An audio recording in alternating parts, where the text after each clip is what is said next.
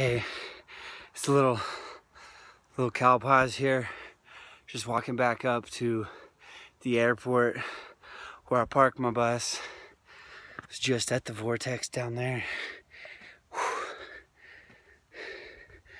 Forgot what I was gonna say. So yeah, totally forgot. God damn it. I wanted to say something amazing.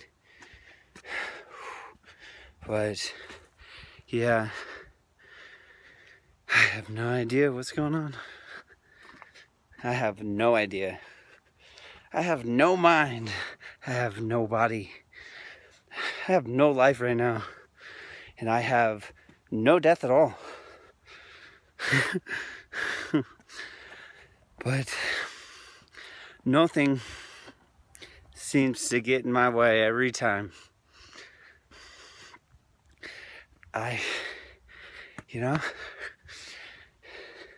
Nothing is impossible, right? But you know, knowing thing right now. You know thing. The fuck is going on?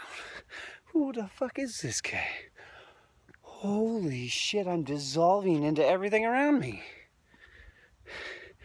The infinite potential is where everything stops moving. And it's like no light,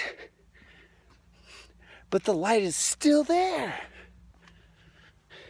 The Heart Sutra, from shore to shore.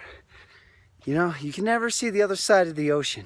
You can never see the other shore, but you know it's still there, right? You know it's still there.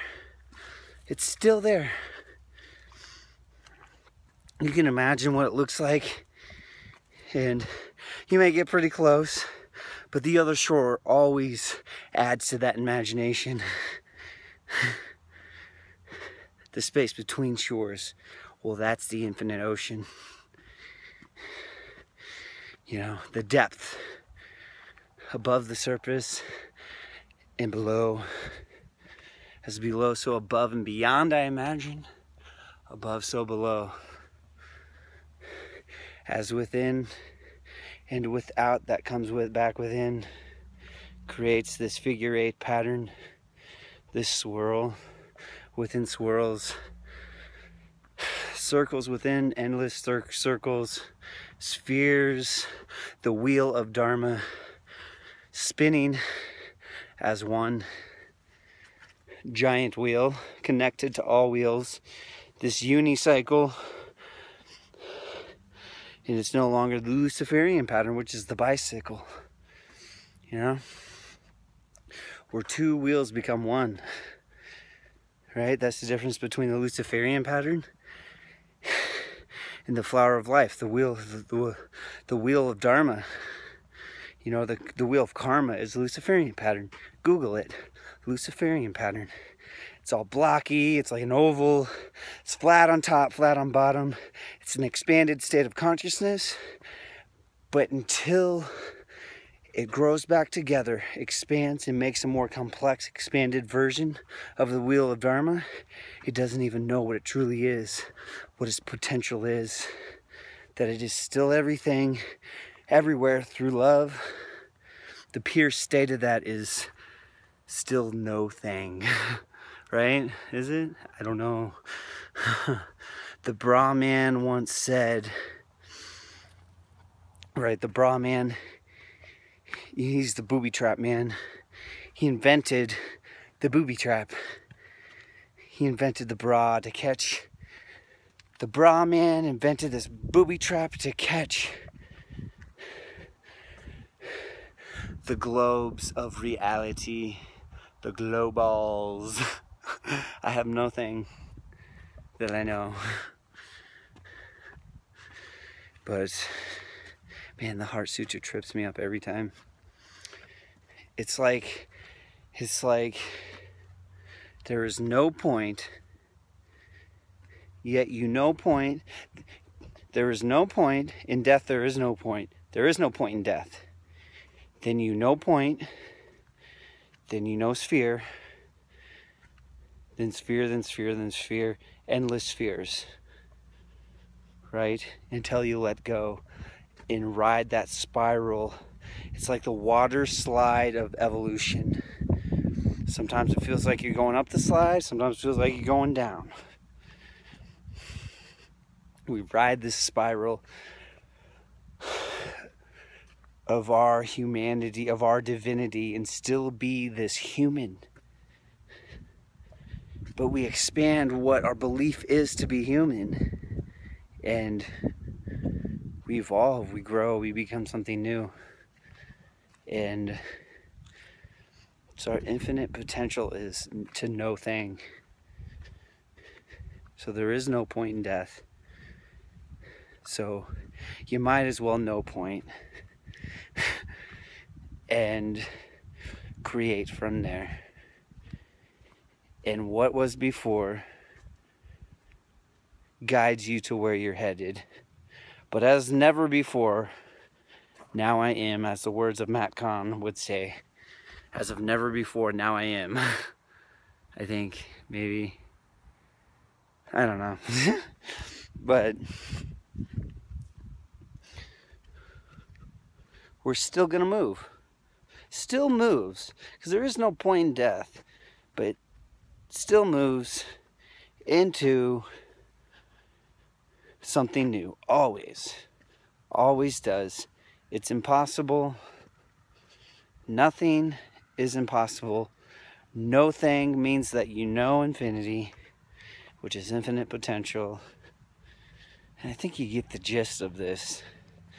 You know, you can relate it to procreation, co-creation, the womb of the heart, where you die from your brain and fall into your heart like a Klein bottle, and then find that high heart in the space between the heart and the brain, and that's one of the next levels of consciousness. And then we can even go beyond that and evolve, because there's more chakras and the height of the humans growing and evolving. So we got this spiral of infinite potential that we can just ride up into foreverness. So when you fall from your brain into your heart, you kind of loop around, you feel that peace where like, it's like you go through like water, it's like a water slide, and you slide through the water slides of your soul, like your circulatory system. And then you find that spot. Well, when you pass through there, it's like you go through the mirror, like in the Matrix, where you fall out of your brain, go through the water slide, and are reborn into real reality. Because this is samsara, the brain, but the mind is everything. Everything's the mind. So you take a ride around your heart, then you find that space between the heart and the brain, and then you're out of the Matrix, and you're into real reality, which is the balance between the male and female. So the high heart is where there is no polarity. It is infinity. There's a point where everything is still there. And it's where it's like everything stops moving in the heart. Everything stops moving, and it's still light. Still magnetic light, perceived as darkness or nothing. See, the form is the space for the light to shine.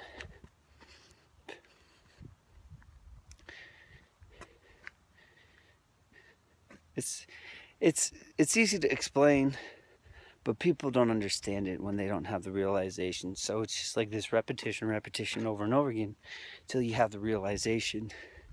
So you become familiar with the information, just like the Heart Sutra. Emptiness is form, and form is emptiness. No mind, no body, no life, no death.